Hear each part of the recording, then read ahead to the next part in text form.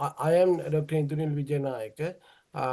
Before I introduce Anil, I would like to first thank you for Sri Lankan Literary Society for giving this opportunity to us mean NPP.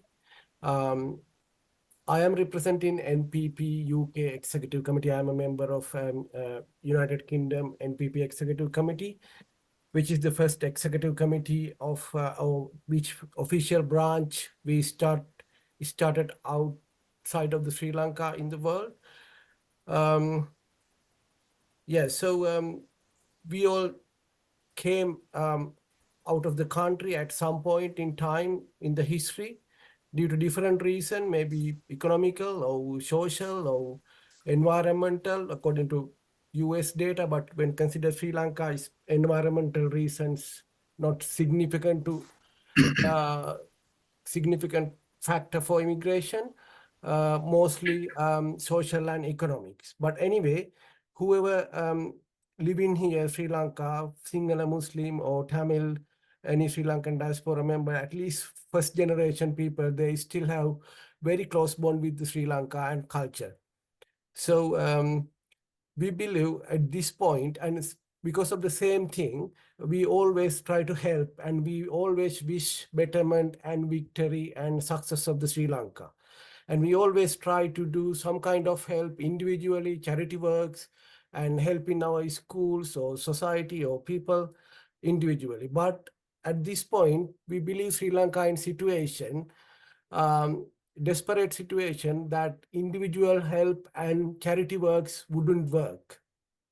That's because of we believe the situation is responsible because of these wrong political and economic policies conducted over last 7 decades. Because of that, to get the Sri Lanka to correct pathway, this should be correct politically. That's what we trust. That's why we started doing politics in UK as well for helping Sri Lanka to get rid from this situation. So on behalf of NPP Executive Committee UK, we invited our Sri Lankan Executive Committee member, Professor Anil Jayantha, to participate this meeting as a resource person. He's a Executive Committee member of NPP Sri Lanka, as well as a member of Economic Council of NPP. And also he's the chairperson of Economic Council, National Intellectual Organization of Sri Lanka. And he's working as Professor of Accounting in the Management Faculty of Management in University of Sri Jayewardenepura. So I will hand over this to Anil to start the discussion, and then we will go through a Q&A session, and we'll see how it is going. Again, I would like to thank you for giving this opportunity, and we will start the discussion, Anil. And Tusita told me there are some members who cannot speak very well English, Sinhala. Because of that, we will continue this discussion in English, but please free to ask questions or anytime switch the language or anything. I'm not sure whether I can speak Tamil, otherwise probably Sinhala and English. It's all right, you can use any language for questions and other opinions. I'm really pleased to be with you, and thank you again, Indranil and Sri Lanka Literary Society for organizing this and inviting me to share our thoughts and views about how best Sri Lankan really just this bleak economy could be revived through our policies.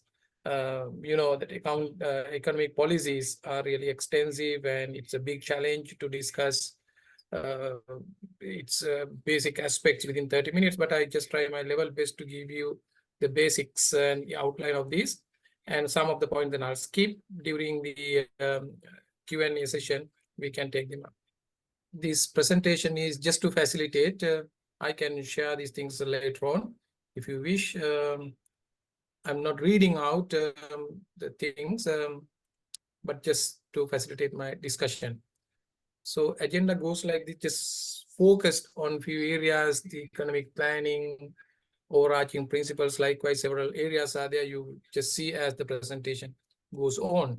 Actually, economic policy, no matter who prepares it, what country prepares it, there are basic principles and ideologies on which economic policies are prepared. Here again, our Economic Council, as of now, has identified um, uh, 20 overarching principles. I'm just try to talk about like number one is no suffering for humanity.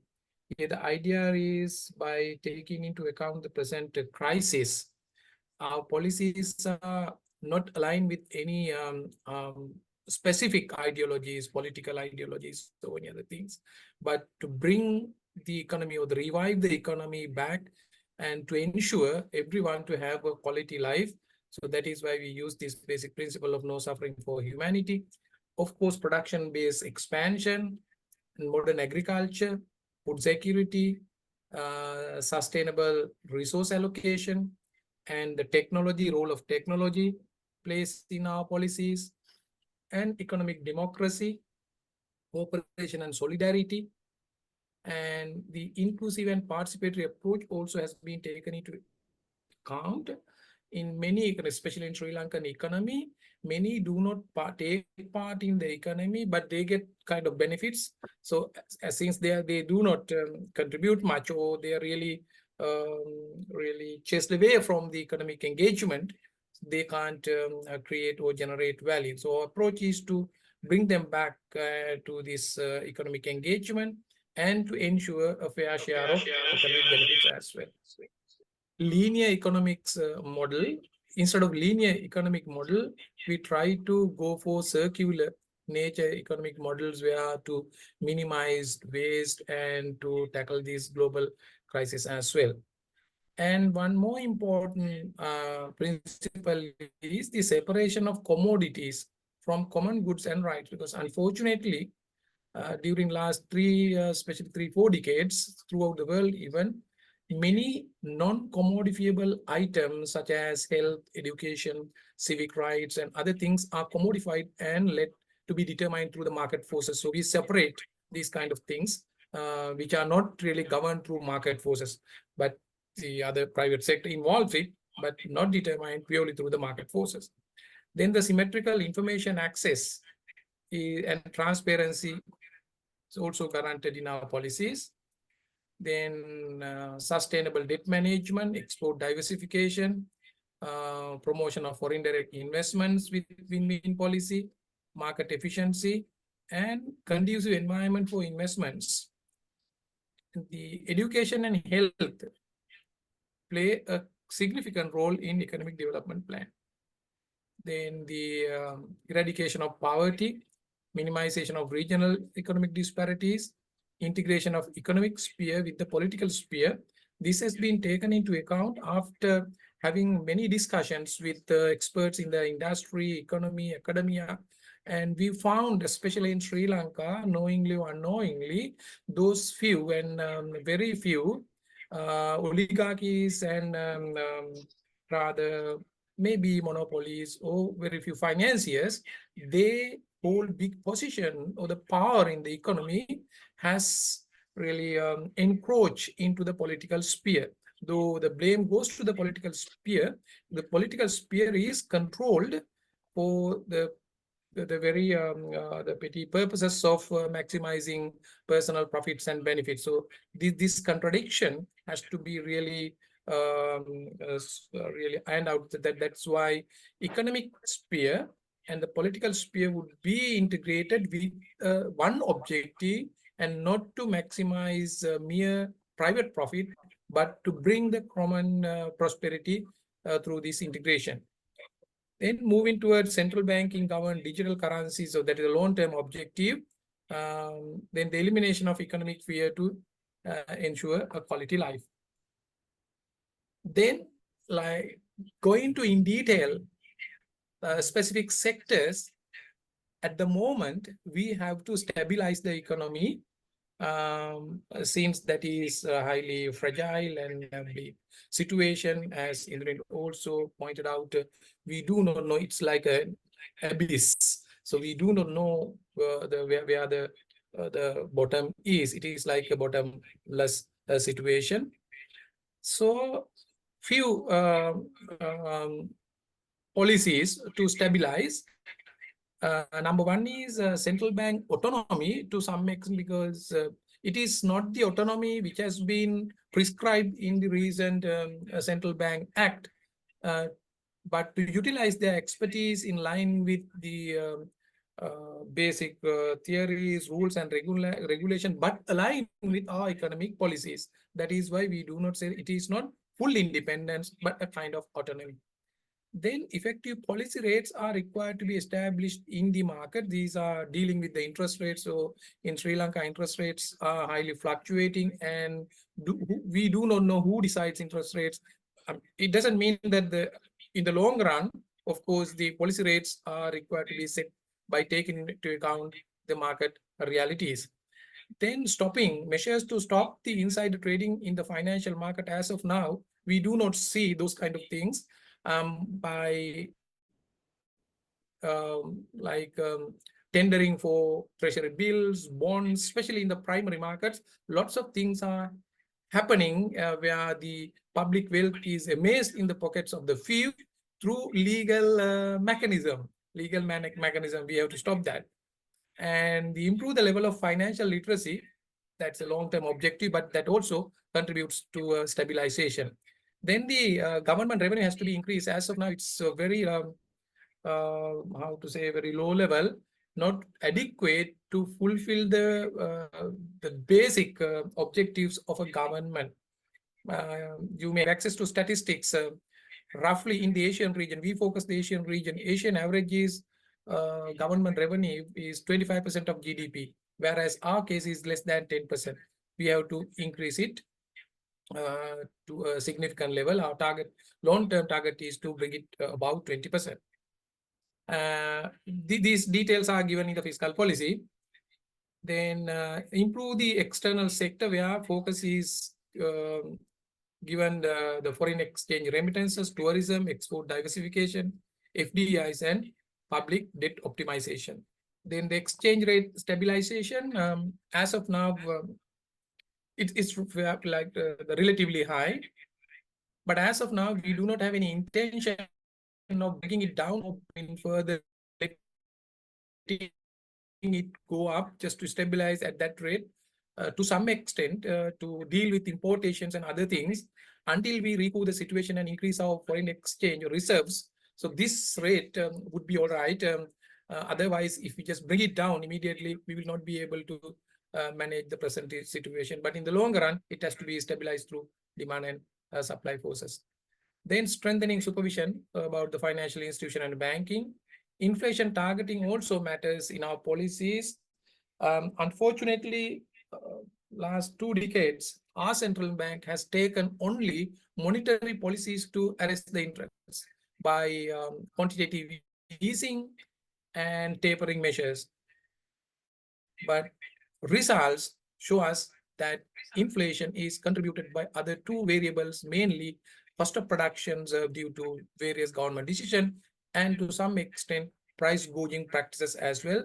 This price gouging has been banned in Australia, and I'm not sure in other countries, just I found in Australia, but we have an idea of banning economic or the players or whoever who is found to be guilty in engaging price gouging. So inflation targeting is another area. The global cooperation is also needed as of now. In parallel to these global cooperations, you also may have seen that our team, our political and economic team, those who are in the NPP, have direct engagements with our embassies, the diplomacies, and some invitations are also given by those countries to visit them. So kind of discussions are going on, and these discussions are not politically agitated. Just to they also have some information about our the present situation. All the countries where we have these discussions what they clearly say that no matter what kind of the political party or the regime would come to power, as long as you respect good governance, transparency, and democracy, we are ready to help within the given apparatus and structures to help and revive the economy. We strongly believe that we could maintain these good relationships because others claim that they have very good relationships, but we feel like with the discussion, because several discussion I also participated, I feel like we could build very good relationships. And immediate the transparent cash transfers are needed for vulnerable, because there is a section. It is, I'm not referring to summary review or any other registered people. Like, we need to find really like those who are in real need of getting these cash transfers at this moment. Of course, under our government also, we have to do this thing until some time to ensure like kind of sustainable income for their living, and until they are brought into the economic mechanism. And how to deal with this IMF? Of course, um, we have clearly mentioned that we are not going to take any measures to derail this IMF, the situation. It doesn't mean that IMF is the solution and only solution. As of now, to be pragmatic, so we are in a juncture, and since we have declared bankrupt, so international agency or any other credible person has to clear us off to get the credit worthiness. Also, as of now, IMF is the best. We had some options of negotiating with the creditors, but we didn't go for this. But we have to deal with them. However, the present package, the extended fund facility package, is not really good for the country, because everything has been ended with lots of austerity measures. Because IMF thinks that it's the responsibility of the government to come out with plans how best the government revenue can be increased and foreign reserves would be built.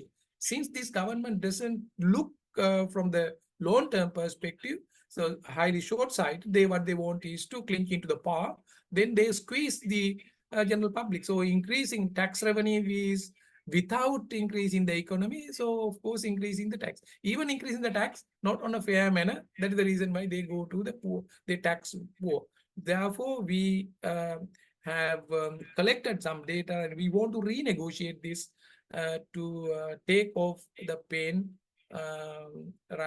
rose from these austerity measures. We believe that it is possible, but it is a tough task. Single serving window for investors to promote investment and to create conducive environment for them. So lots of points are there for the fiscal policy. Of course, in order to run an effective government, we need to have reasonable or substantial amount of government revenue. Even within the present system and technology, lots of avenues are there. So we have focus so that the fiscal policy has to be revised in line with basic principles, the fairness and simplicity and economic stability and growth. Technology is the solution to a great extent, whereby the present RAMIS system can be upgraded to 2.0.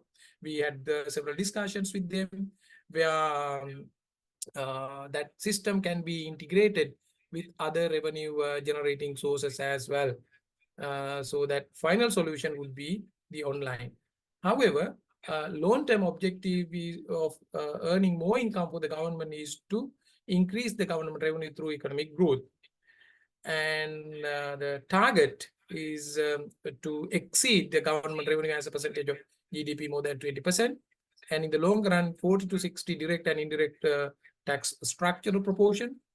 And tax rates are concerned, individual tax rates are like roughly, we thought of around maximum rate of 20, for the corporations 25, but it is not final and conclusive around. We will determine within which. So our idea is, so whatever the tax rate that we impose should not discourage economic engagement, and on the other hand, should not drastically vibrate the earning, basically vibrate the capacity to spend. That now it's too much.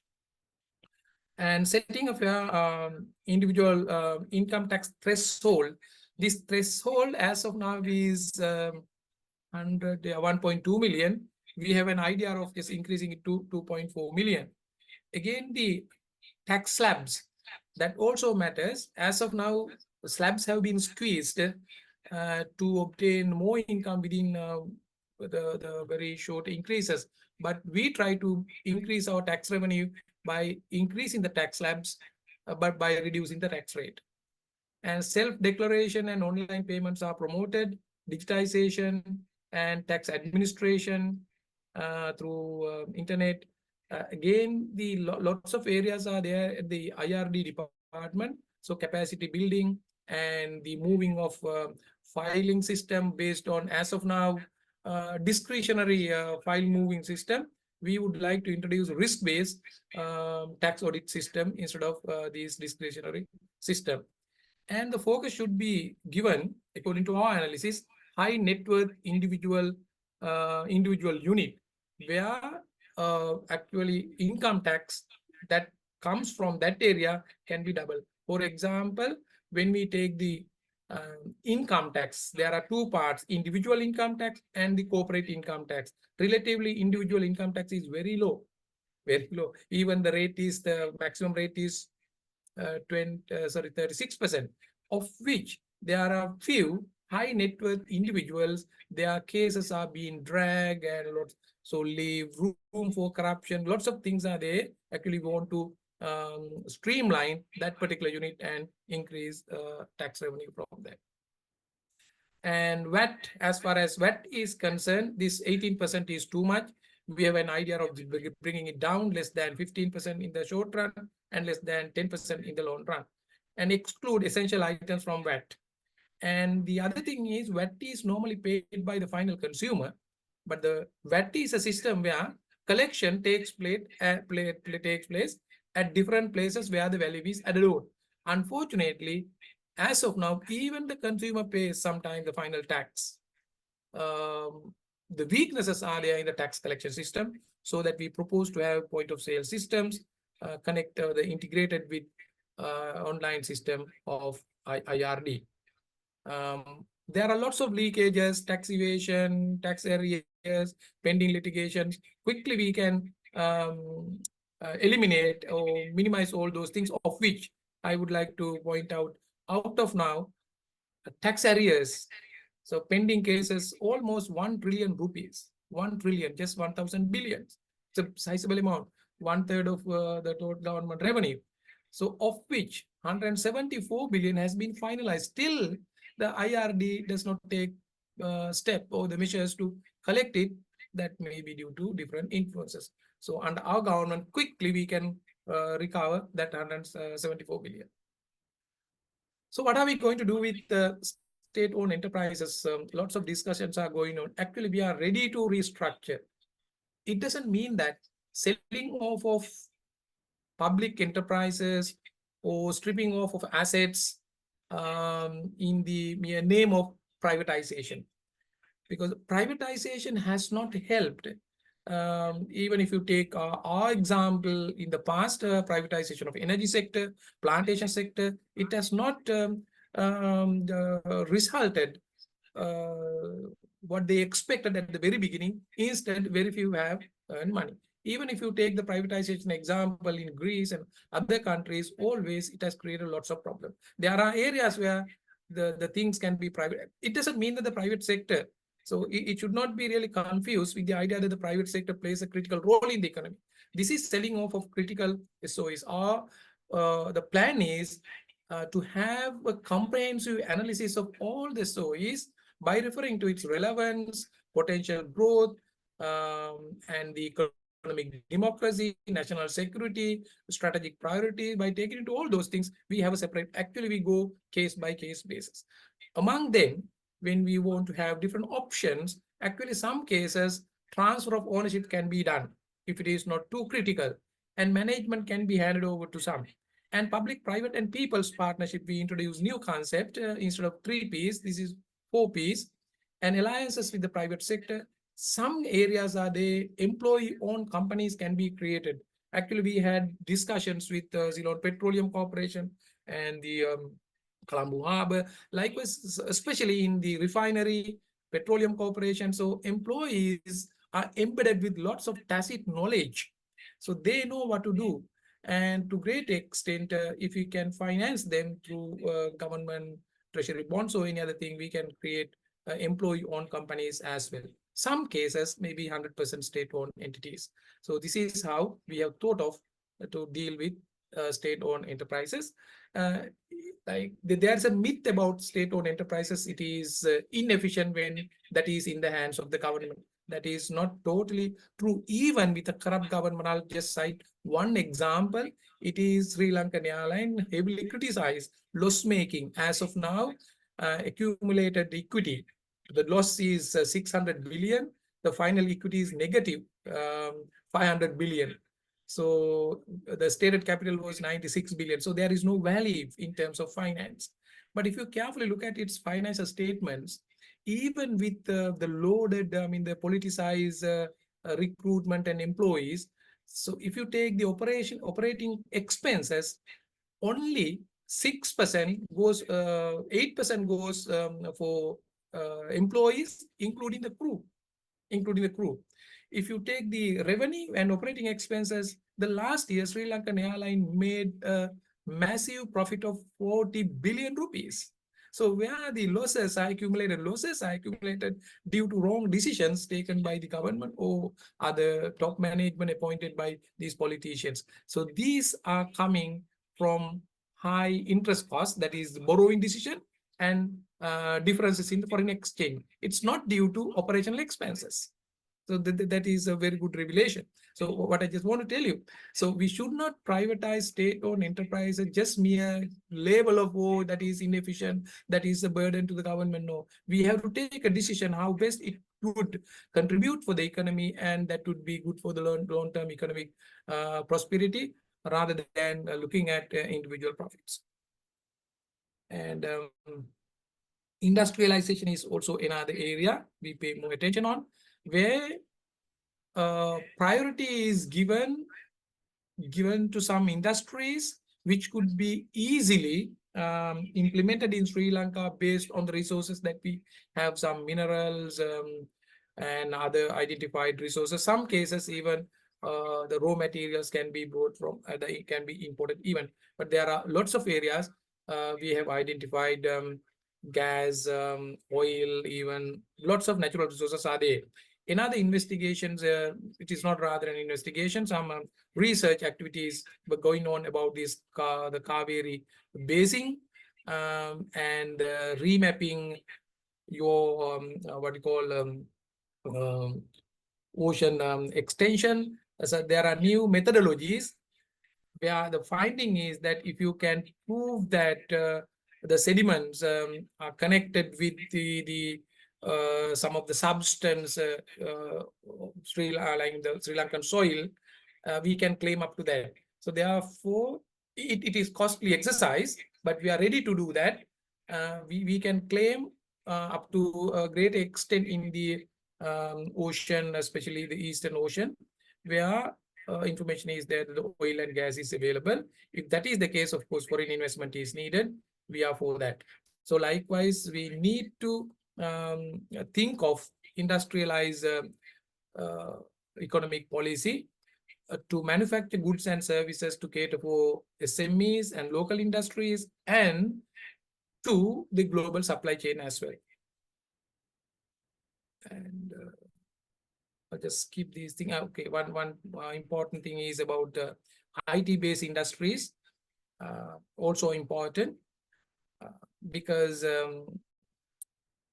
we had a discussions with expertise in the IT sector.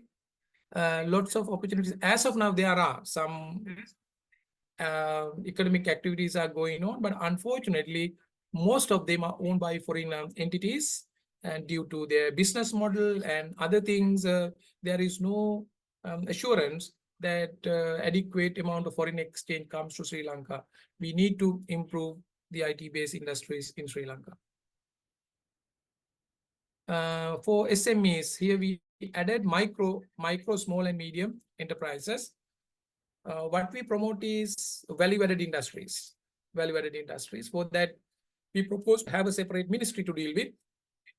and promoting manufacture of equipment and tools to support these SMEs.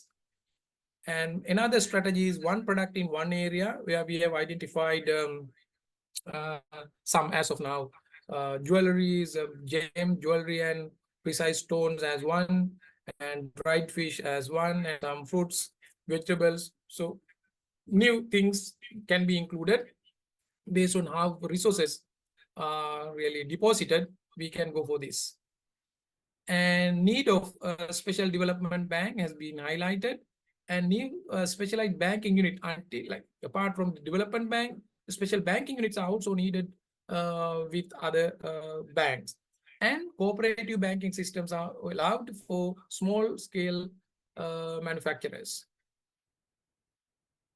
and protecting local manufacturers through quality certification, accreditation, and certification. So the point here is, our government, even other governments, so other countries also, the very common and the famous tool is to deal with tariffs and import substitution tariffs and special commodity taxes, cess.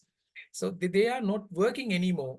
Even when you take into account fair trading policies, World Trade Organization, and all those things, these tariff-based measures to curb imports are not welcome to great extent. So temporarily you can do, but in the longer run you can't. Longer run, what we have to go for is the quality certification and accreditations. So, and certifying. So they are not there in, like, institutions may be there, but that's not active.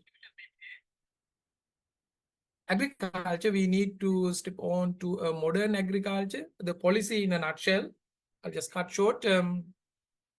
Promote agro-based industries and value-added industries connected from the farmer to international markets.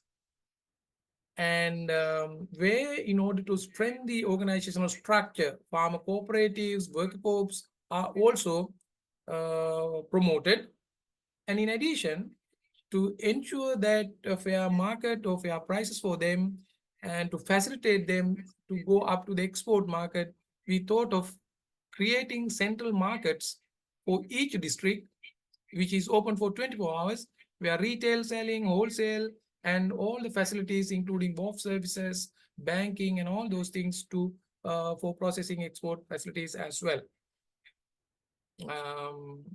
Then the nuclear farming is also discussed. Actually, I have just put here very few points. Our agricultural policy contains many pages. It's lengthy. We will discuss that one later on. So techno-driven digital economy, in a nutshell, our policy about technology lies in two platforms. One is to facilitate or as an economic enabler of all the other sectors, no matter whether it is manufacturing, service, or even the government. That is why we promote e-governance system, economic enabler, to increase the productivity and bring about the efficiency, whereby the cost of production and services can be brought down to a great extent. So apart from the transparency and other things are concerned, so technology can solve lots of problems across the board. And on the other hand, technology can develop as a separate industry. So we are, as I just earlier highlighted, IT, software, and maybe semiconductors to support global supply chain. We have collected some data about this thing. So as a separate industry, as a supportive industry to others. In order to do that, we thought of developing a technological, what we call appropriate technological roadmap for Sri Lanka. As of now, discussion is to have a 30-year map. So still, that is why I did not mention the year, whether it is 30 year, 20 year. As of now, discussion is for 30-year technological development roadmap. And there are some other indicators to be achieved. The Sri Lankan ranking in ICT development, technology readiness indexes, on all those things are there. So if you do this, IT cities, automatically we can reach. And we have a long-term objective apart from these two pillars. Of course, technology is a key variable, as everyone knows, but who gets the benefits of this particular technology at the end? As of now, those who or the contribute their uh, labor or other things or more sacrifices for production won't get fair share, but they work more and more hours. Our argument is that if the technology is implemented in the production processes, in the long run, of course, time spent for the production, rather working hours, can be reduced.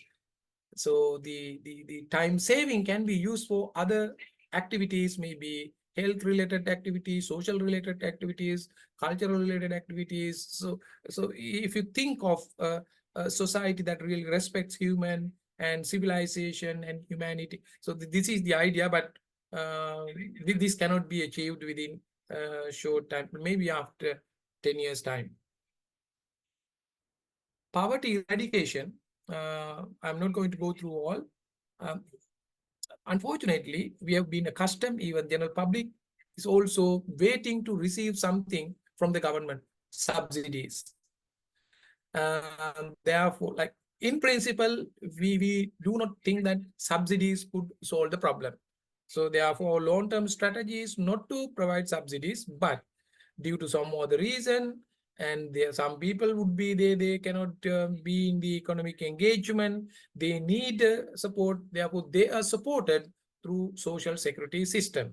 However, as of now, even though you are potential to contribute for the economy, you are not getting enough income and you are vulnerable, so you are desperate. For those people, of course, we have to provide certain kind of direct cash transfers, but in the long run we propose several methods, especially by connecting them to divisional secretariat office and special development units to convert them or empower them to create economic value. So that is the long-term objective, to eradicate poverty. Tourism, we have paid attention on tourism as well. Instead of looking at tourism or increasing the tourism income based on the number of tourist arrivals, we have thought of introducing more diversified and sustainable tourism, so that we have a cap for tourism arrival. Our cap as of now, like we have just set as 5 million. We are not promoting or bringing up tourism plans to bring more than 5 million tourists. But again, how best we could increase the revenue from tourism, diversities and tourism as experience, and increase in the stay here. As of now, average the length of stay is 10 to 12 days. If you can increase it up to 14 or 20 days, so revenue can be increased. And again, the net income from tourists can be increased if you do a careful analysis. We have collected some data about this. Our target is to go for sustainable tourism rather than tourism measured through a number of foreigners. So basically, those are the things. Like I cut short. Sometime I may not have addressed your issues, and I did not include everything. Indunil, I think all those things can be taken up in Q&A session, because I did not talk about education in detail, and I touch key areas in a nutshell. But even the areas I touch, if anyone wants further explanation or clarification or disagreement, now it's open for discussion. I shall invite Dr. Lalit Chandrakanta at this stage to take the chair for the Q&A session. Lalit?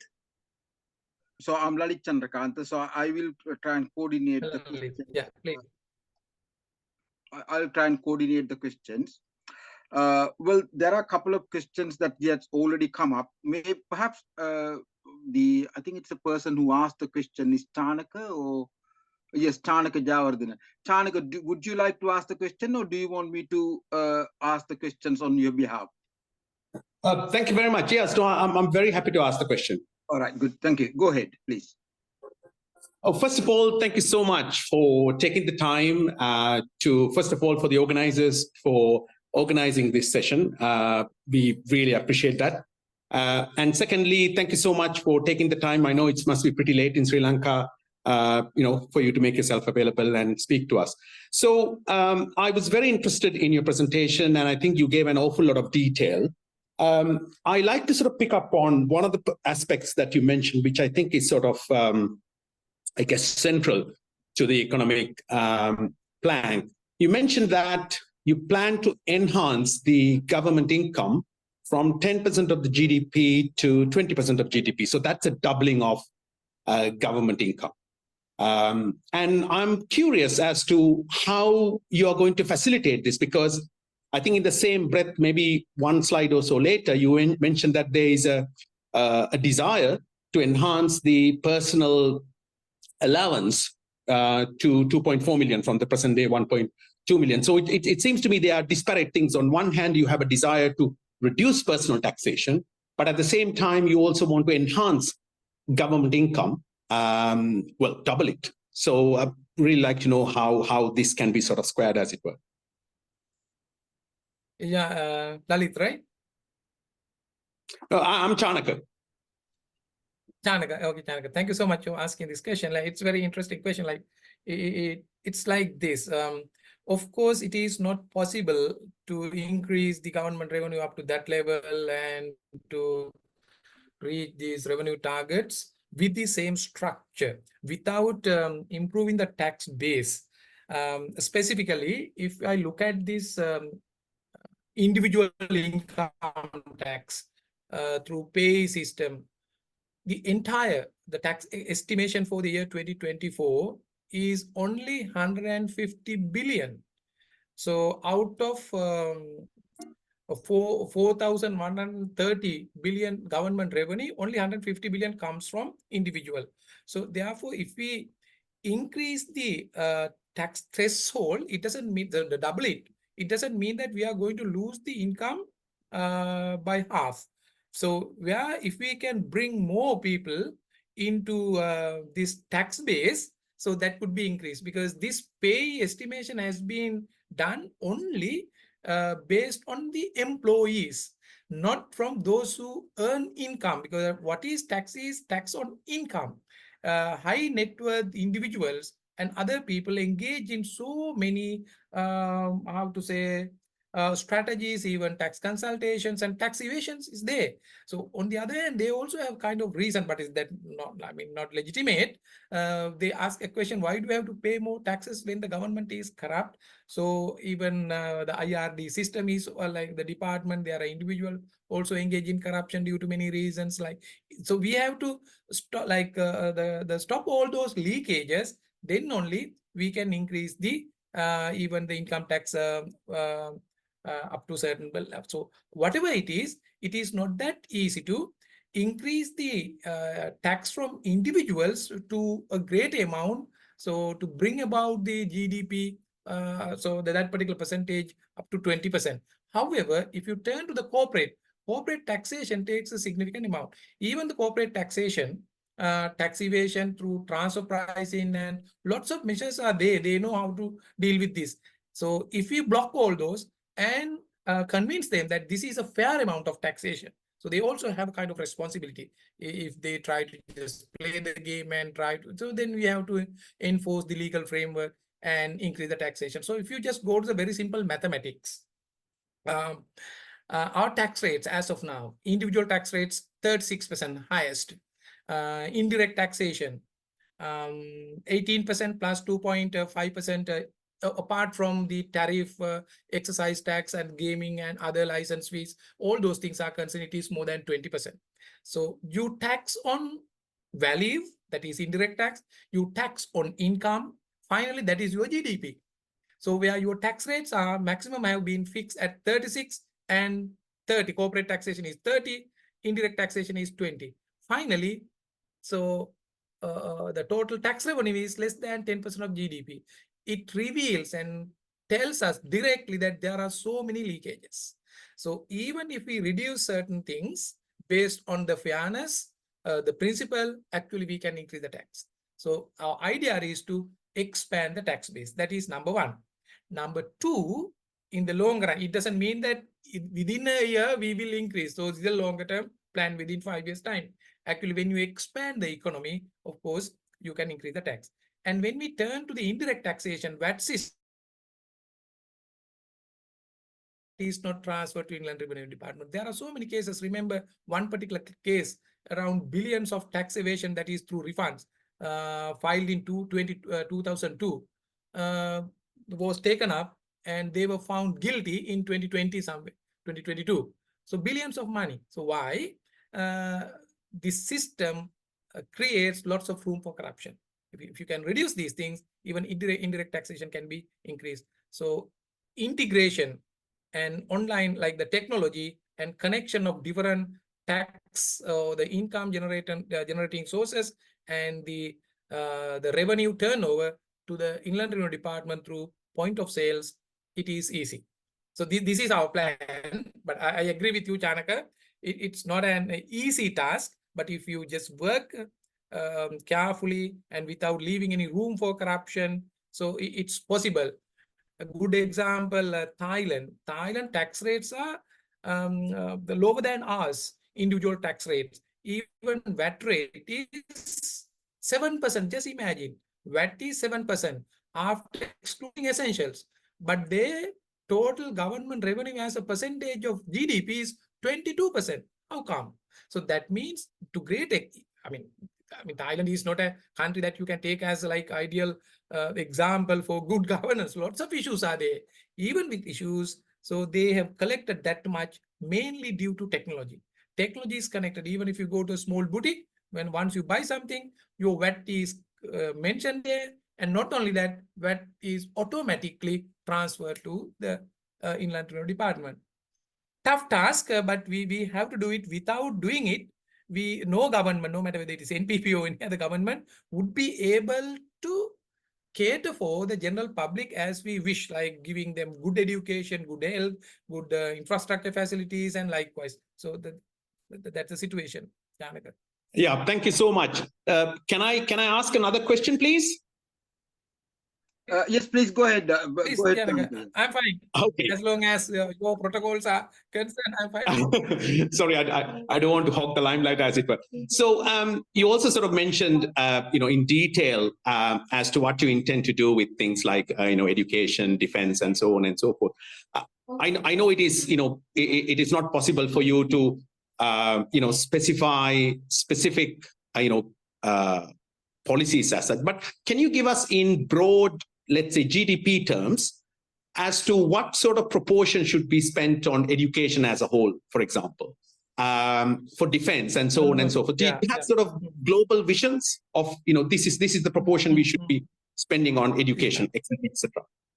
Yeah, exactly. The good question. Like there are no such the percentage. So this is the amount, but there are some benchmarks as far as UNICEF is concerned.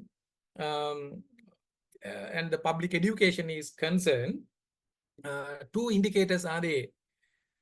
If a government can allocate at least 6% of its GDP for education, then it really creates a kind of a good space for you to ensure education for everyone, or more than 10% of your total expenses, something like. So there are two indicators, either as a percentage of total government expenditure or as a percentage of GDP.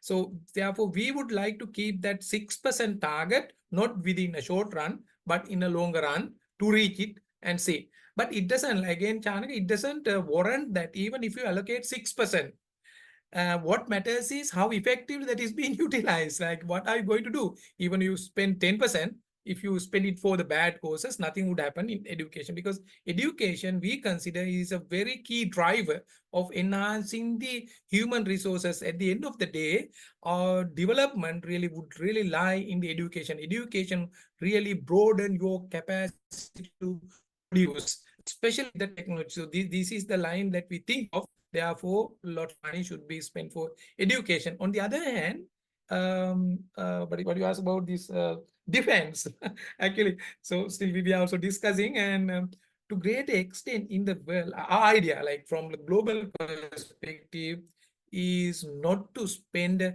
unnecessarily money for the defense. Like, so as far as we are concerned, we are not a country that we have a big role to play in the global politics to spread our ideologies here and there. So as long as we follow non-alliance policies and the global collaborations with others. So Anil, we'll continue on because there are a few other questions on different topics. I think what we will do is in talking about the we'll talk about the taxations again. With regard to taxation, you said about you would like to have a 40 to 60% the ratio for direct and indirect taxations. So, yeah. so with compared to so what are the things that you consider as indirect taxation? Because I think I'm a medical doctor and I'm not an economist.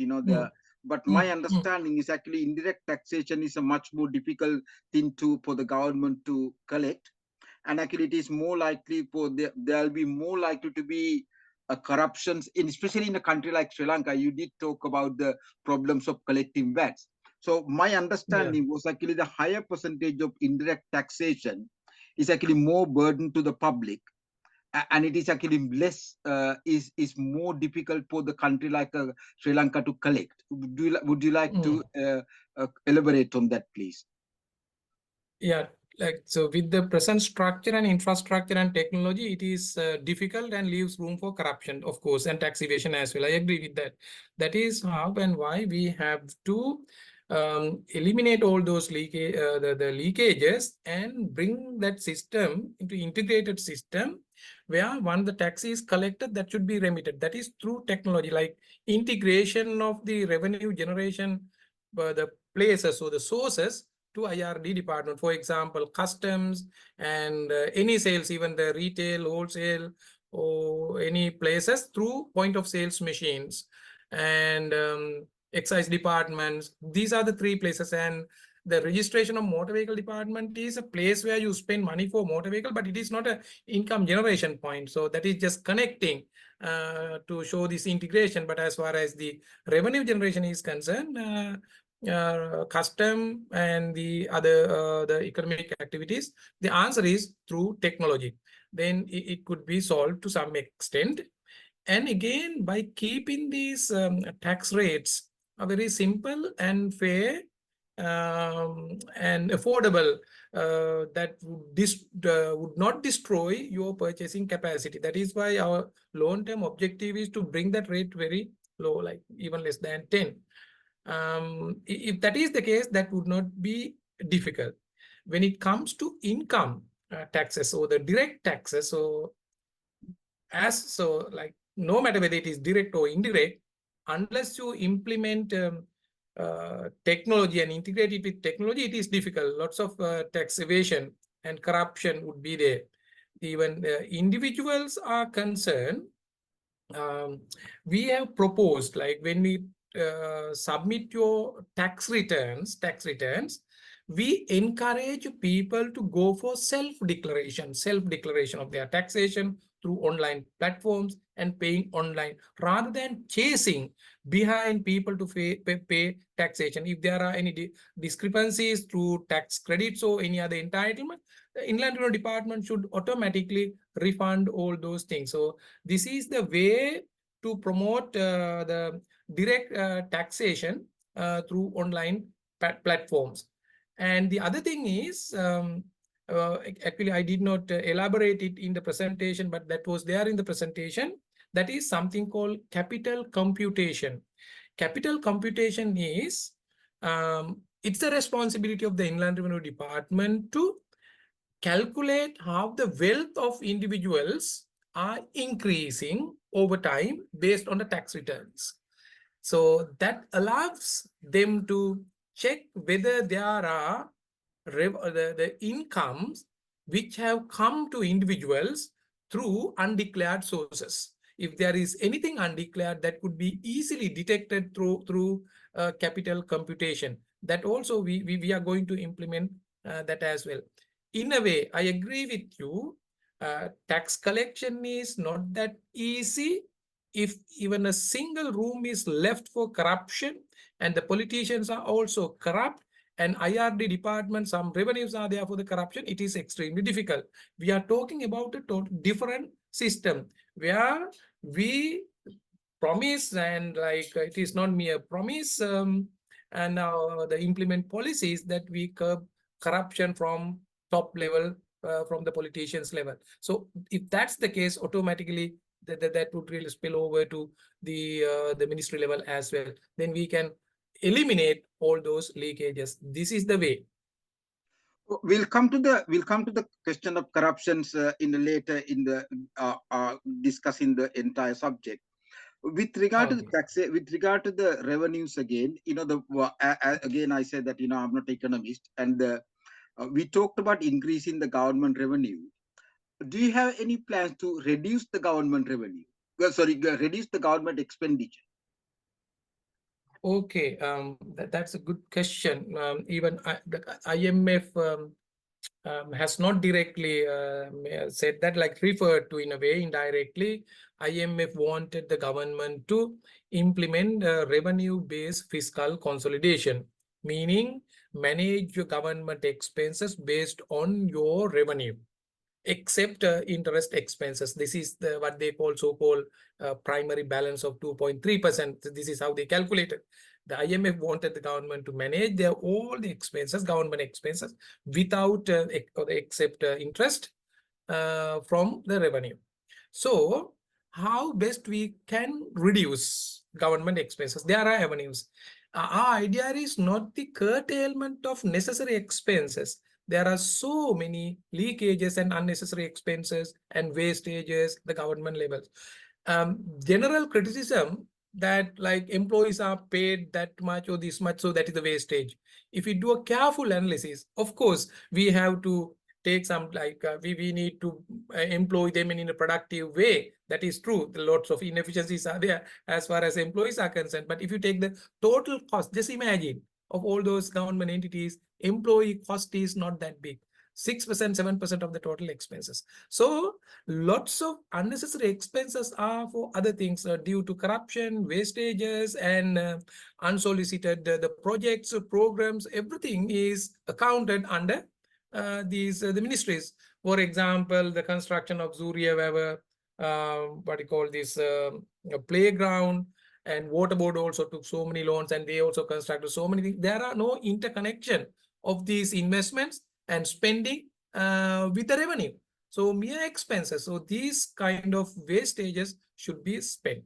And if there are, so that is number one. The other thing is government has a legitimate power of creating any government entity if they want. So you know that when the government is corrupt, they create specific purpose vehicles or specific purpose entities to serve their the cronies or friends or who work with them. So these things should be stopped because we need not to have specific purpose entities to serve private interests. So therefore, we have lots. That is what, like out of 400 state-owned enterprises and other entities, we need to do a comprehensive study and see which entities can be removed. The other area is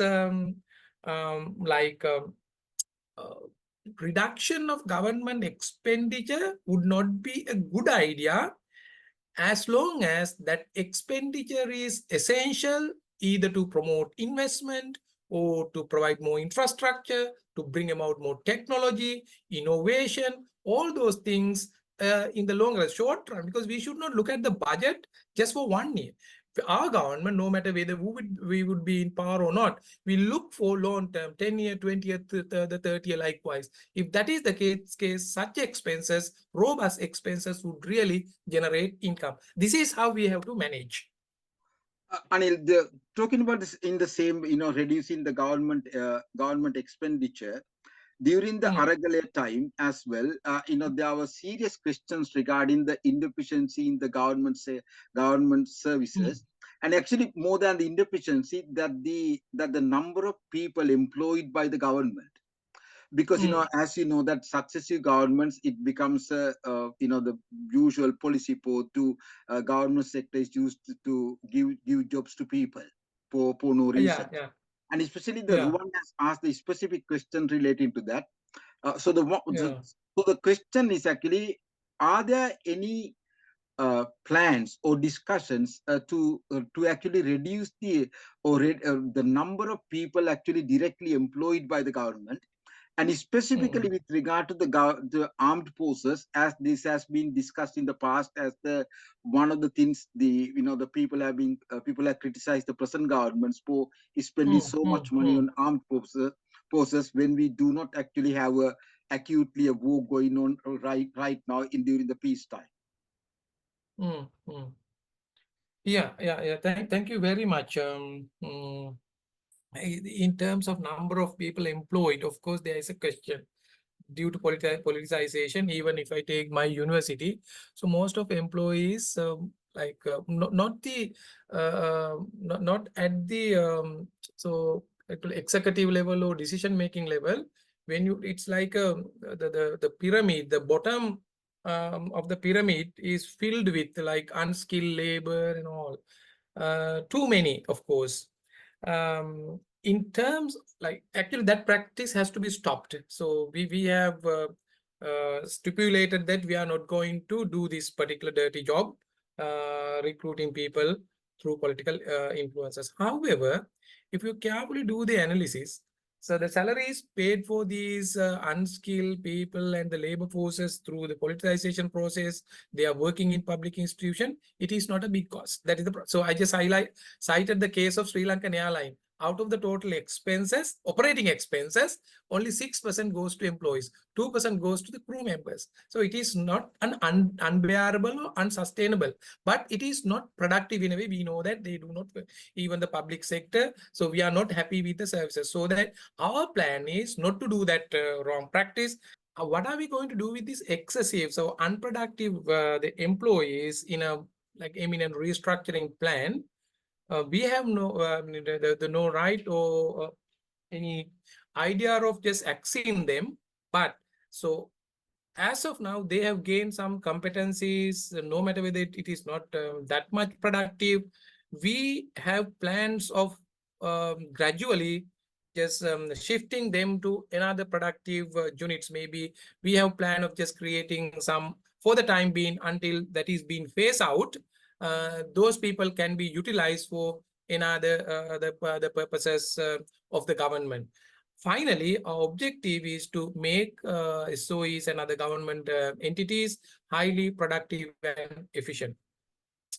Addressing the current issue is different from the long-term objective and the policy framework of dealing with SOEs, because SOEs can play a critical role of managing the economy, mainly the stabilization of the economy, providing facilities for other private sector, and creating bringing about the new technology, innovation, and all sort of things. For example, if you take this Wi-Fi technology, so it's a result of government-owned entities in Australia, CSIRO, something like. So there are certain areas the private sector would not take that risk. So then the government has to take. So likewise, absolutely, government entities have a role to play to serve the public interest. So we are doing that while resolving the current issue that is really filled with so many critical things. So Anil, just to summarize that, with regard to the government, with regard to the government revenues and expenditure, Yeah. You have no plan, you have no direct plans, or you are not actually telling the public as such to say that we will be reducing the amount of the number of people already in the government, in the public sector. And at the same time, in a way, like, no, we are no we are saying that we are not axing them. So that is our policy framework will come in March, where we will say that. So we are not axing, but we would transfer them to another productive entities in the process of restructuring. We will specifically say what we are going to do. and at the same time, we had said is there about the tax rate, the flat tax rate of 20% of one. So even the person No, who it is the maximum. It is as far as the individuals are concerned, as of now, it is 36. So we are contemplating to fix it 2020, like, so what we call incremental tax. So when your revenue, the income goes up, like exceeds the threshold, say 200,000, maybe 4%, and then another 200,000, 8%. Likewise, it goes up to maximum of 20. With the short-term objective is to broaden the tax base. Okay. But in the long run, we can think of increasing it, because when you take the countries like Australia, because as of now, the problem that we face is totally different from the problem other countries face. That is why we can't simply compare these rates. So that is relatively low. So Australia, that goes up to 45%, 50%, 55%. The reason is where it is not the collection of tax. It is a mere social issue, because the people work and create, earn so much money by creating unnecessary social issues. They don't have time to spend money. They do not have any social interaction. So therefore, they increase the tax once you reach. It is not from 100,000 rupees, millions of rupees you earn too much. So therefore, they say, okay, if you earn this more than this much, we'll take 50% of this. So just to discourage.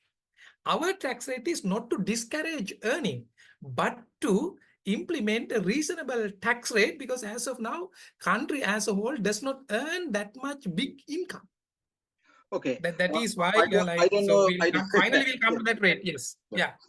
Anil, as the most of us here are actually in either in UK or in other, those in this group, and they know, and I think majority of the people here are probably correct to say that belongs to that 40% tax bracket. So I don't necessarily think that actually we reduced our because it has implications on how we spend money. Anyway, going back to the so that actually brings us to the next two questions related to taxation.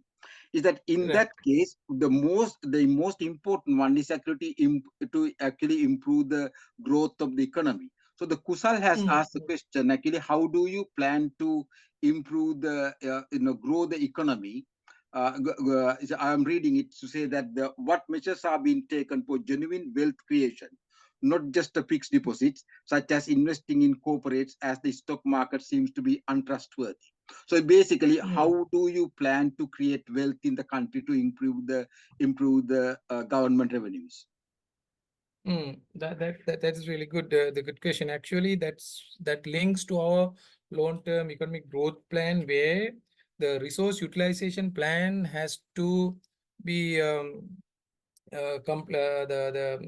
complemented with that.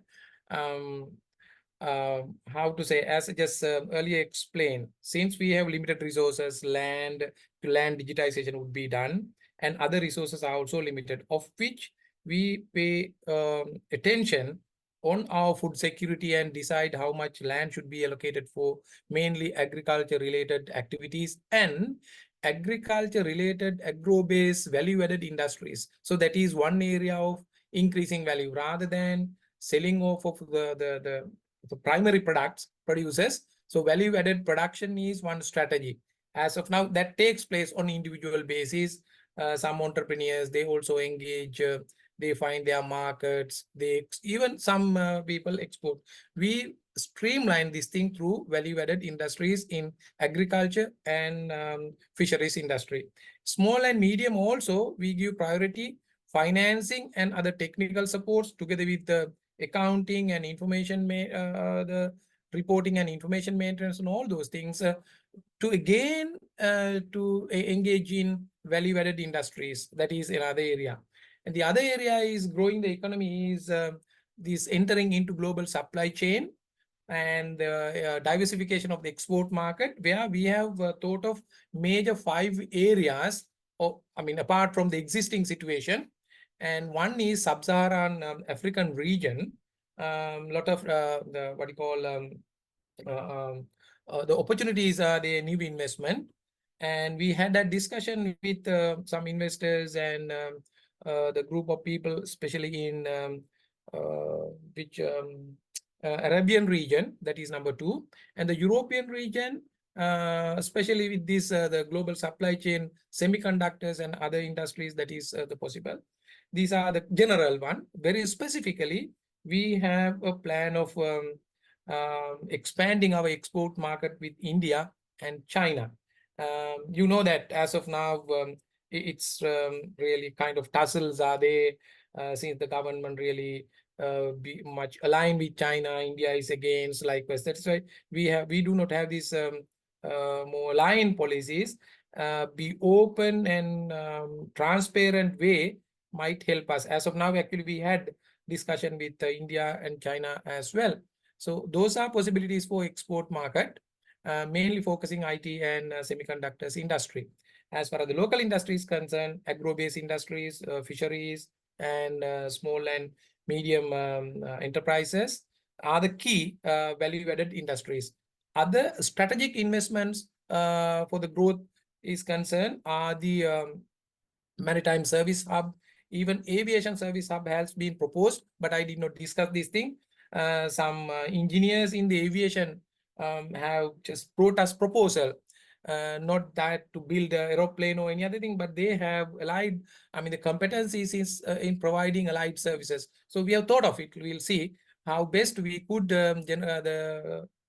generate some income through an aviation hub.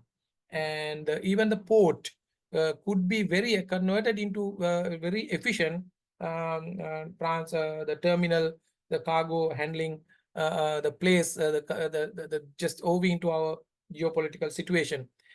Because we took into the account the new development in the world. These are cargo ships as of now navigating just down our ocean, would just navigate very closer to Sri Lanka after the completion of Canal Kra.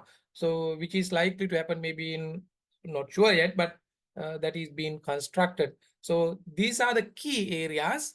Other than that, we always encourage and give opportunities for the private sector investment to come out with new innovative ideas. And when it comes to strategic investments such as oil, gas, and other minerals such as ilmenite, graphite, all those things are concerned. So we need to go for strategic foreign direct investment. So we have a potential. For example, if you take last 40 years in the Asian region, we are the country, we has the lowest accumulated foreign direct investment, that is just $13 billion. So even Vietnam has 107. So Thailand has 117. Vietnam has more than 200. If you take these countries, I did not took that into our slide. So all the countries has a significant amount of foreign direct investments. We have very good opportunity to increase foreign direct investment. So, There could be some, like I did not say, Yeah. so there could be so many other avenues as well. We are welcome to take up anything as long as that really uphold the humanity and create more value, economic value, to have a quality life for people.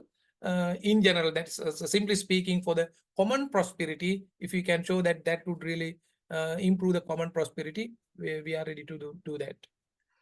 Just one last question on taxation. I think you mentioned about there's about 3 trillion tax. I think Anil mentioned that 1 trillion pending taxes. How NPP would recover them in short run? Yeah, it's a big challenge. It's actually 904 billion, roughly 1 trillion, of which 175 billion tax cases have been finalized. So now that is not being collected due to its inefficiencies and maybe kind of corruption. They may delay, even their employees at IRD may advise, okay, you better delay. So now they can't challenge it because after several years only that has been finalized. So how are we going to deal with the balance? That is not that easy. However, we thought either to expedite by establishing a separate code for this thing, by bringing up this. So our lawyers were discussing this thing. They said that yes, there is a possibility, that is the way. But on the other hand, from the democracy is concerned, they also have an opportunity to challenge when they come out with this. So I think there is a question that Bingu wanted to ask this come as Bingu in the Indirige. Bingu, do you want to ask your question, please? Yeah, can you hear me? Yes, yes. Okay, yeah. yes. Thanks.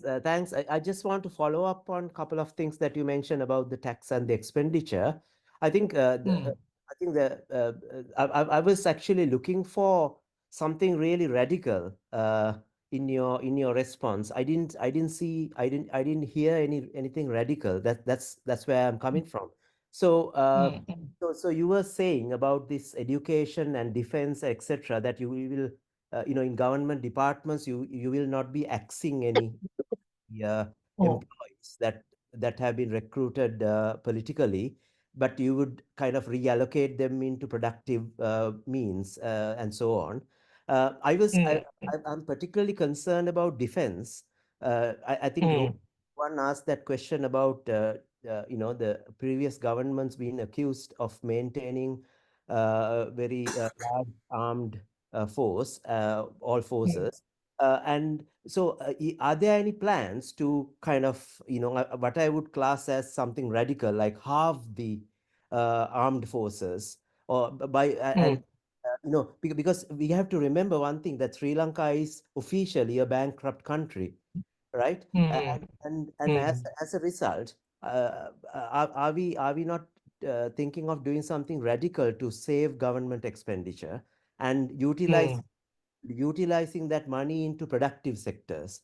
Because as a result of IMF, what I have heard is there has been substantial cutting down or proposals to cut down subsidies given to farmers. I mean, that's the wrong approach, because subsidies are needed for farmers, but we don't need such a large armed force. So is there anything critical that you are going to adopt? I'm not saying within 24 hours, but as a short to medium term plan, is there is there any strategy to do something like that and to transfer that money into productive sectors and education, etc.? Thank you. Yeah, actually, your questions and views connect to several questions. Number one is when it comes to this the radicality in the tax collection and other things, so as of now it's fragile, corrupt, and complex. So that the radical change can be implemented only just stabilizing the present situation. That is why our proposal is to stabilize in a more fair and equitable manner for the time being. So in the long run, of course, we can go for radical. That is what we are. So more direct taxes can be increased, broadening the tax base and reducing the tax the rate in the future. So likewise, things can be done. It's in a way would be radical, or greater it is more fair. On the other hand, there are some misconception about government expenses as of now. So if you just maintain these kind of governments, of course, you need to reduce the government expenses, like government expenses. In other words, what we call public finance in the world, with the public responsibilities, serving the public interest, what's happening is the proportion of public expenses is increasing. So in 30, 40 years ago, the proportion of public expenses, so the public finance was 20 to 25%. Now the world average is 40%. What it means that, so out of 100 rupees generated or 100 rupees, dollars or pound generated in an economy, 40 goes through public finance, that is for the common prosperity. So it means if you are like genuine enough and catering for the public interest, actually you have to think of spending more and more for the public interest and through public expenses. How best you collect money is the big question, because having a very small tax revenue, then we are struggling. So short run, yes, that is why I just told you this is how we manage. But in the long run, our objective is to deal with more public finance and bringing the common prosperity. More specifically, coming to the issue of this, the defense and other things, we have thought of that. I just told you, in principle, we need not to maintain such big forces. But as of now, the question in the hand is not that quickly stabilize the economy, and rather than touching these things, that is big. However, in the long run, we have plans. We have been discussing with our the retired three forces NPP community, so we have a separate organization.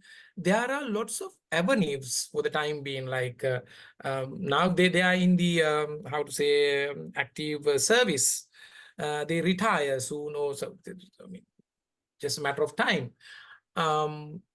These retired armed forces, they can contribute to economy from their competencies, learning, tacit knowledge.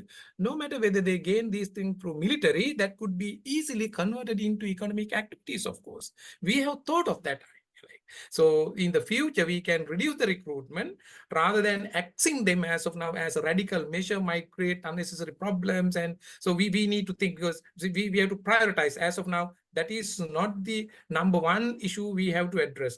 But we have avenue, because we have been discussing with them. Actually, it is very potential for us to use. So you may have seen how efficient and effectively we are organizing retired armed forces. They never talk about military. They talk about how best the competencies can be given for economic activities, to establish peace, and to even deal with some kind of nice things in the society, like drugs issue, because they know how it comes.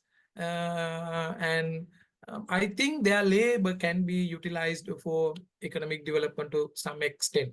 But I do not say that I have so even NPP has a quick plan or the prioritized plan to halve it and reduce the expenditure.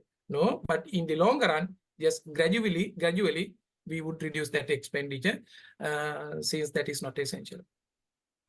Right, Anil, we moving on from there. The questions actually next there. Susanta has basically asked the questions regarding the your economic policy.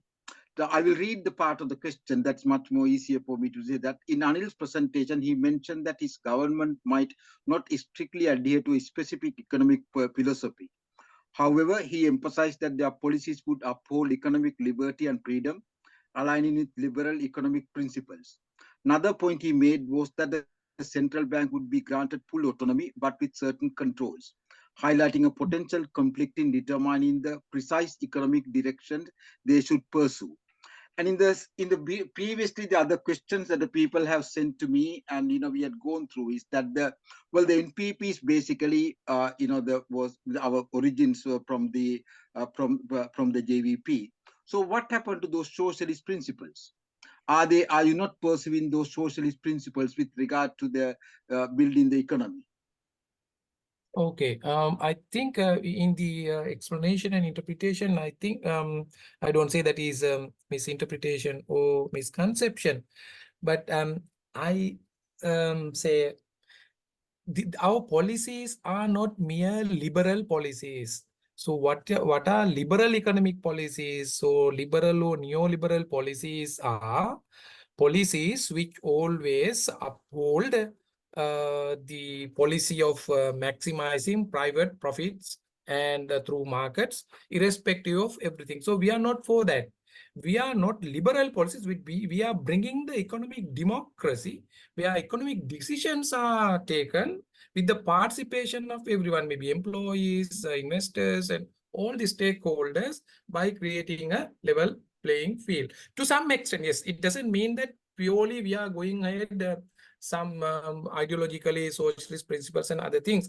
So no matter how principles have been stipulated in different political agendas, socialist, communist, liberal, or any other, our policies, first, our task is to stabilize the economy, stabilizing the economy. So what has been really deprived is the humanity. How best we can bring about this humanity. It doesn't mean that we have deviated from social principles, we have deviated from humanity principles, we have not deviated from all those things, because we respect them, and we are not promoting so-called neoliberal policies of creating money and amazing wealth in the hands of very few at the expense of everyone. No, for example, we are not ready to allocate our resources, land or any other resources that is detrimental to environmental sustainability, no matter how the beneficial in economic terms, because it is dangerous.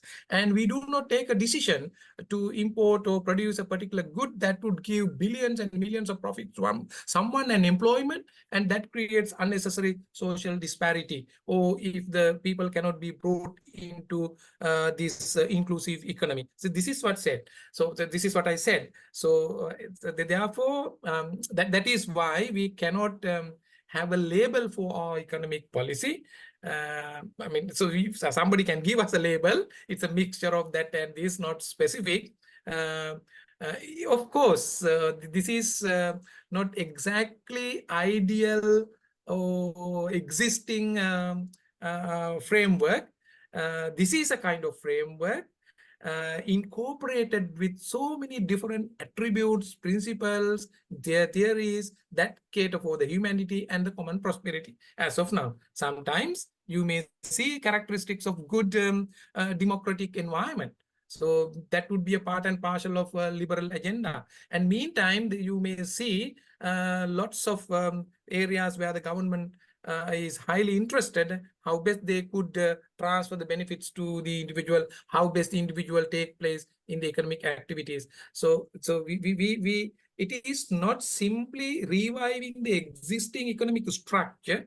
While doing this thing, we are really rebuilding and introducing new structures for an organization as well. That is where we are ready to introduce new worker corps, new cooperative strategies, new economic cooperations, even for farmers, the cooperatives likewise.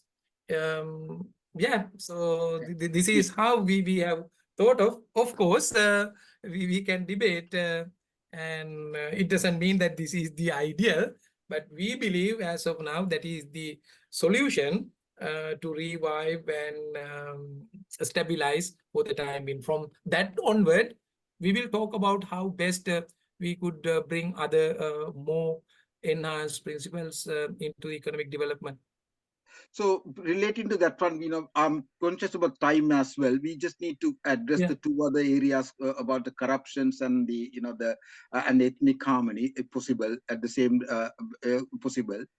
And there's a one just related to the, without taking much time, one related to the policy.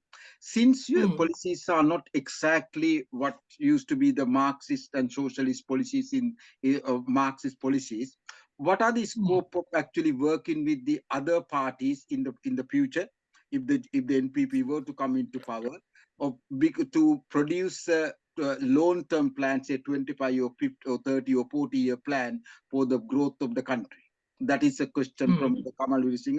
I think, Kamal, I have asked you a question in the way that you wanted to ask. So since we are not, so that is to say that how do we actually develop a long-term plan with the other other political parties? Do we have any plans for that? Yeah, that is one, like, so of course, so once we get the mandate, we develop a plan for maybe 20, 30, for example, even IT 30 years.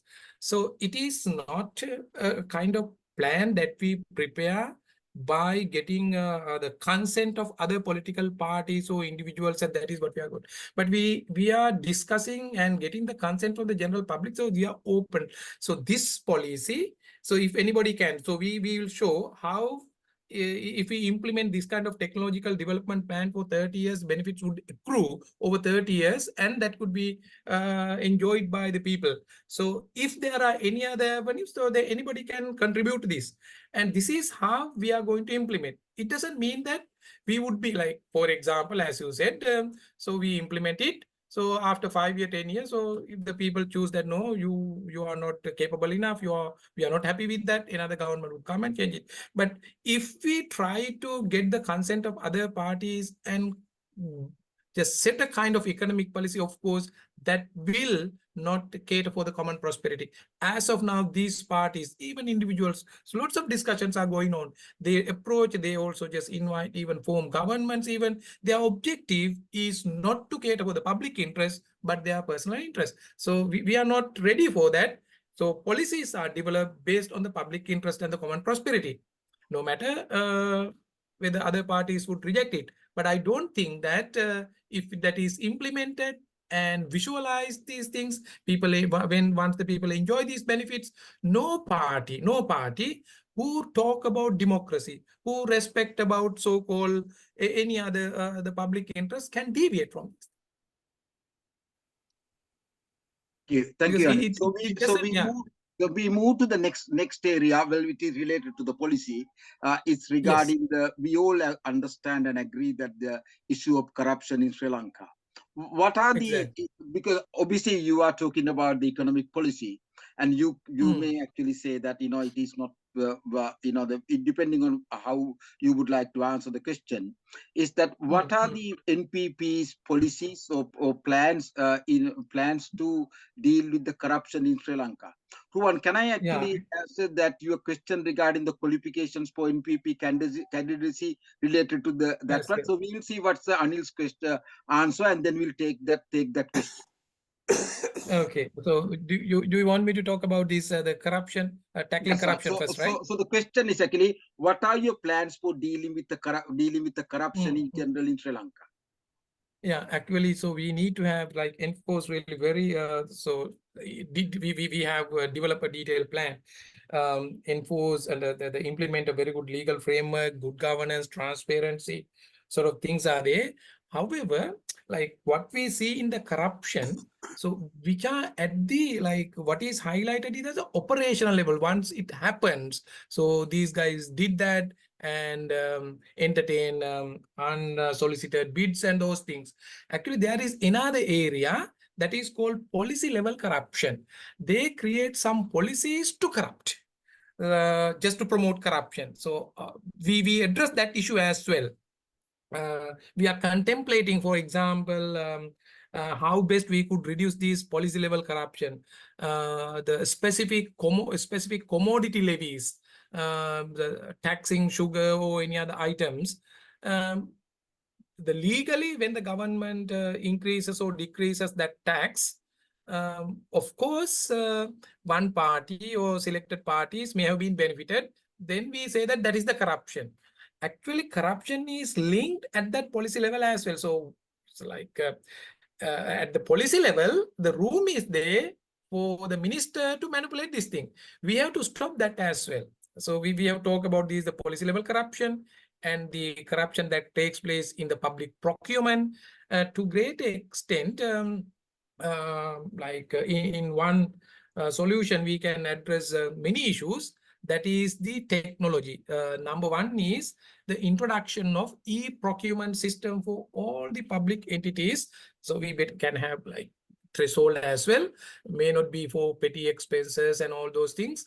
So above this amount, all the public procurement should go through online procurement. And we have an idea of going towards central bank governed digital currency, and not in the long term, because I know that, like, so you understand fairly the fact that this cannot be tackled overnight. It takes time, but we are genuine. So honestly, we have plans. We are working towards, we are collecting information, especially with respect to these financial matters.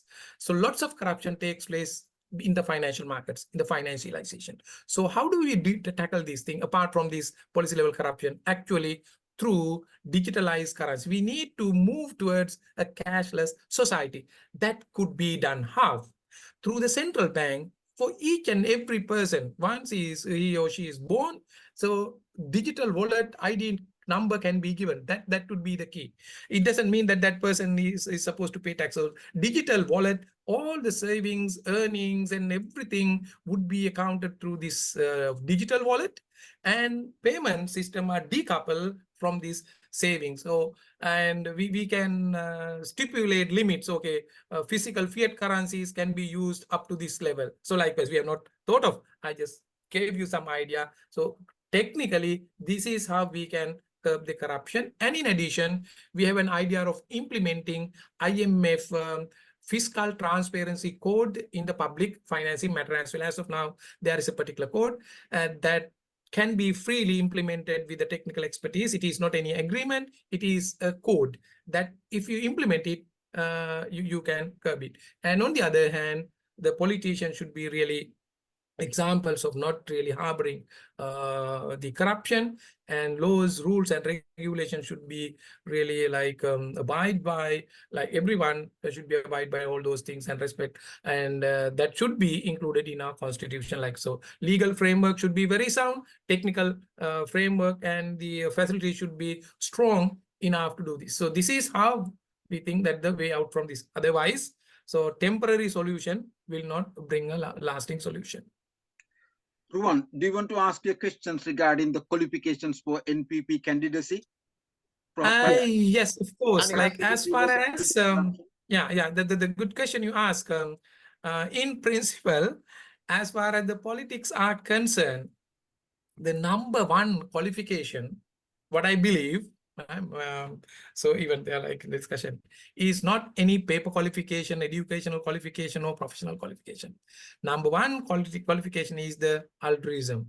So how best you are ready to cater for the public, because you are going to hold an agency. It is not running a business. So misconception is there that governing a country is running a business. No, when you run a business, so profit motive is there.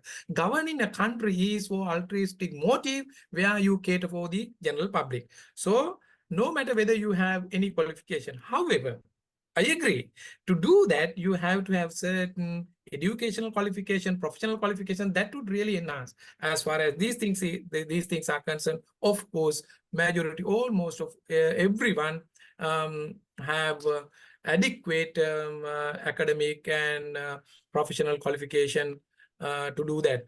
The unfortunate situation, like once you have adequate academic and professional qualification, it's unlikely that you would come to politics with the present situation, because you have an ample opportunities to earn money or for your own purposes in the private sector or somewhere else, rather than coming to politics. So this is how, anyhow, what I can say, it's a kind of not a guarantee, but the revelation of facts. Our guys are having adequate qualification and competencies to do that. And these would be revealed maybe when election campaign is launched. We can discuss about this. Okay, Anil, I think you have foreseen my question. Education qualification is just one part of the question. The other part is there are lots of people accusing the existing or the previous government of having people with criminal histories, or people coming from people who have been accused of stealing from other people. They are in the parliament. So is there anything you're going to do to eliminate that kind of accusation from your candidates? Yeah, of course. I got your point.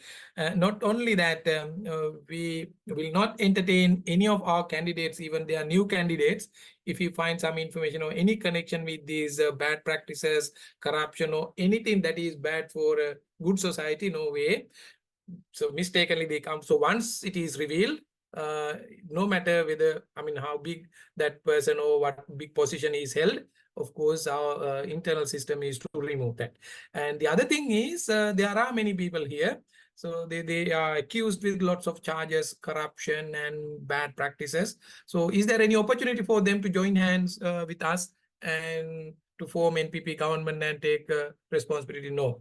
So because if you have if you have breach of that public trust once, that means in the future also you do the same thing.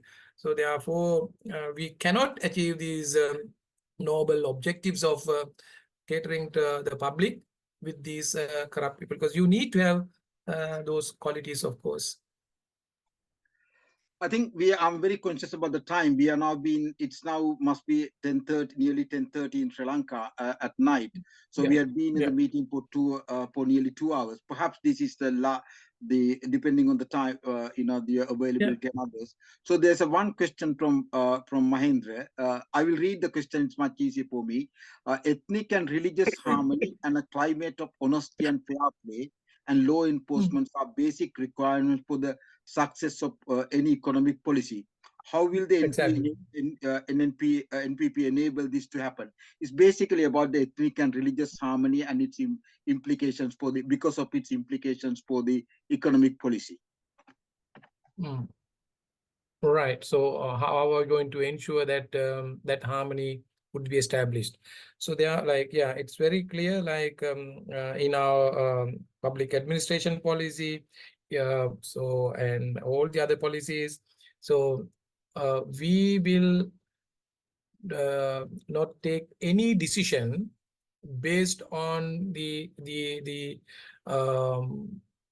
kind of petty identities, no matter whether it is religious or any, no matter like what we call different identities, because everyone should have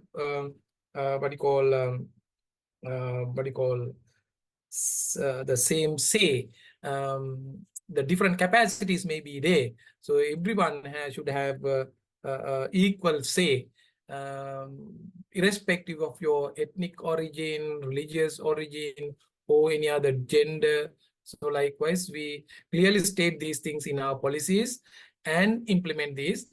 Even now, we have been practicing, you do not see these kind of reflections in our practice when we organize our things, even we choose our candidates, even our day-to-day practices.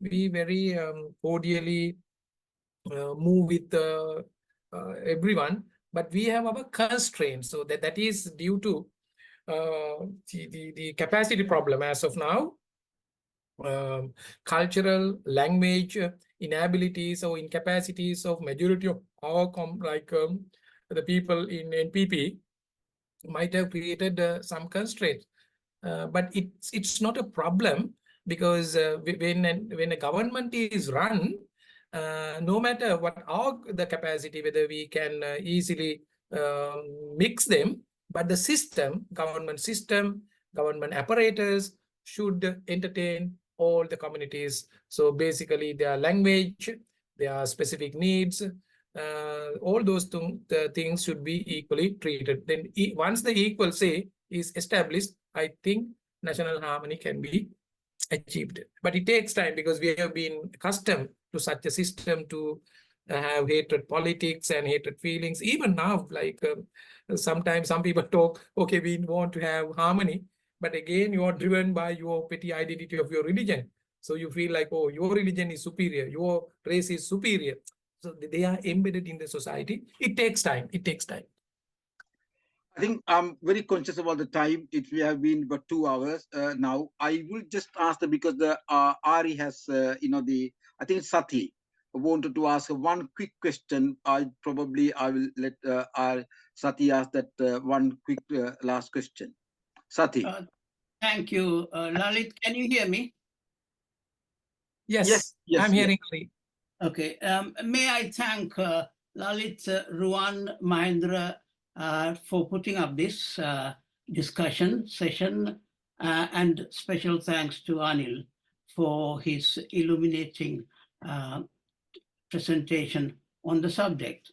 The question I want to pose here to Anil is, if I understood what you said at the beginning correctly, I think what you were alluding to with reference to IMF engagement, you were not in approval what is happening. Would that be correct? If that is the case, Yeah.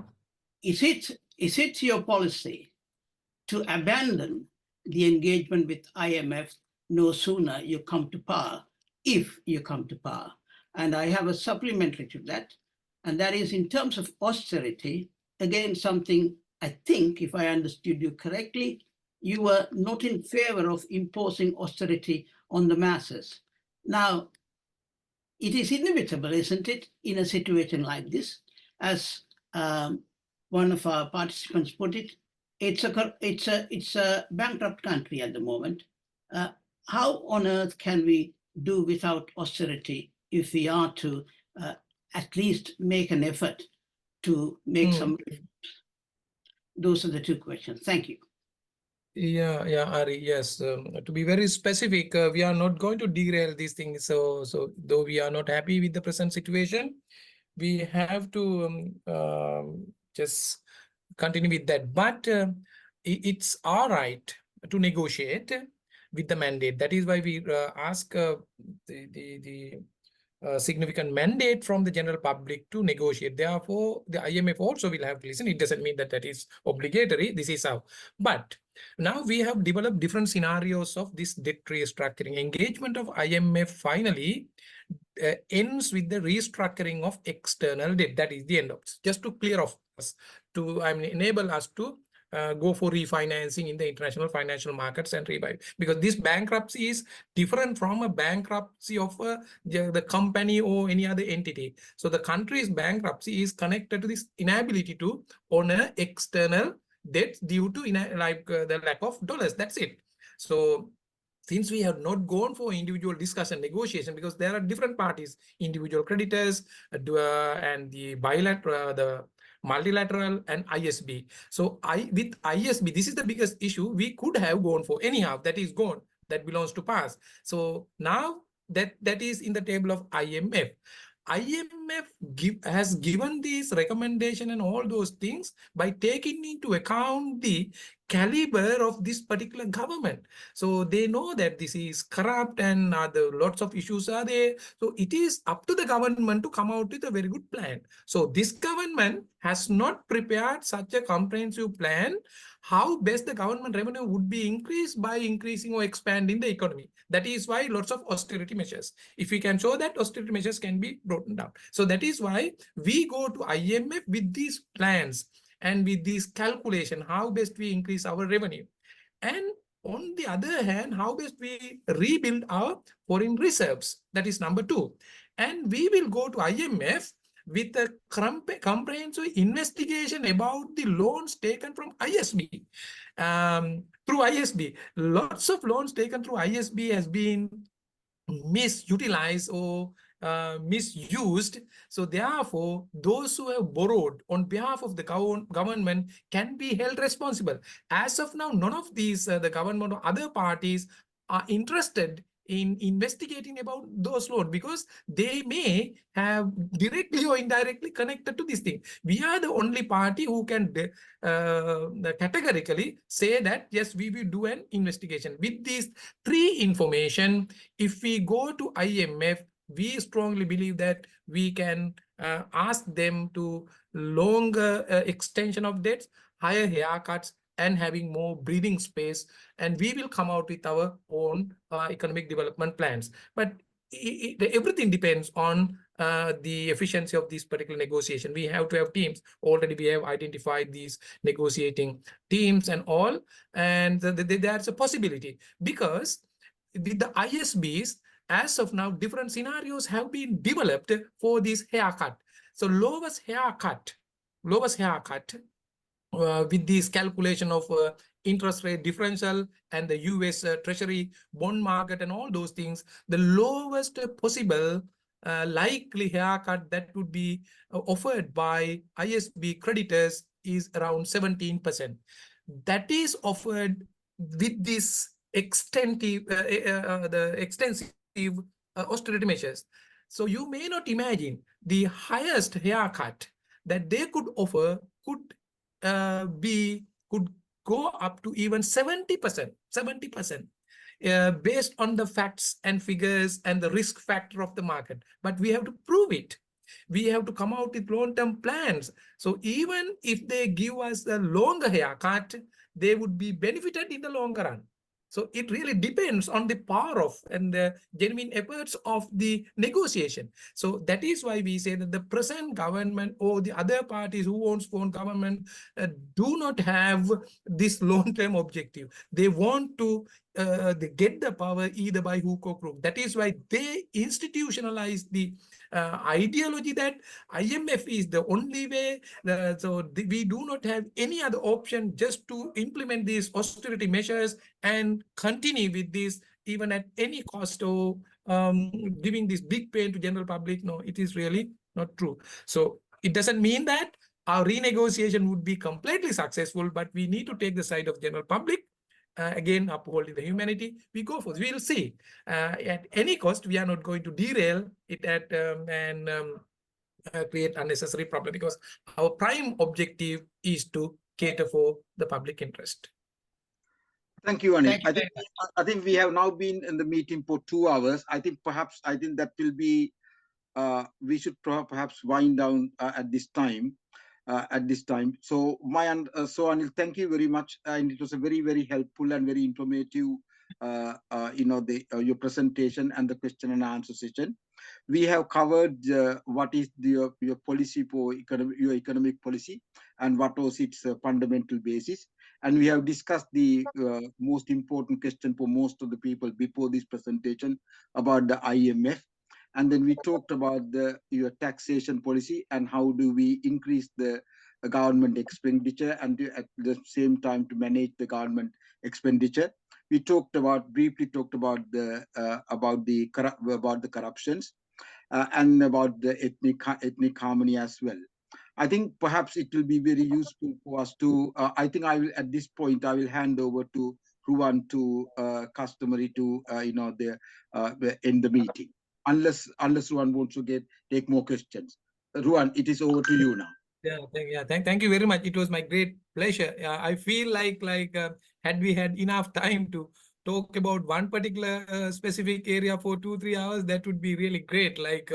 We really touch each and every question because everyone is highly interested in, and we were able to bring about important facts. Maybe in the future, we better organize some discussion. So even irrespective of politics and any other things, it is a good the dialogue, good discourses. No, so no one knows everything, but so your objective and my objective, NPP's objective is to create a place really good for humans, right?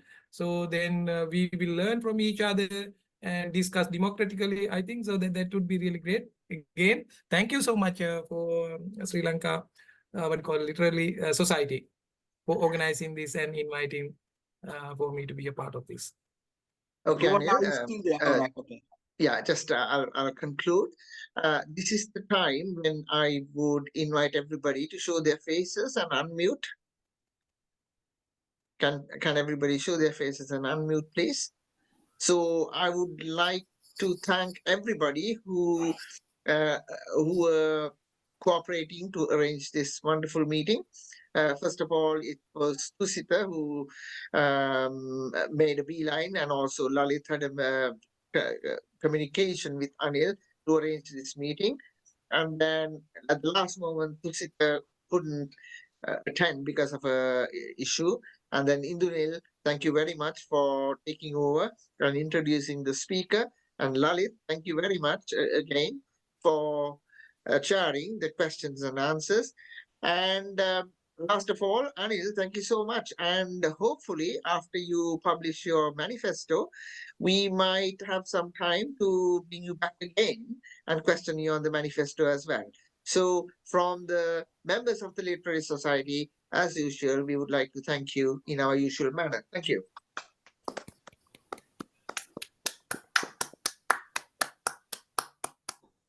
Thank you. I shall end the meeting. Thank you.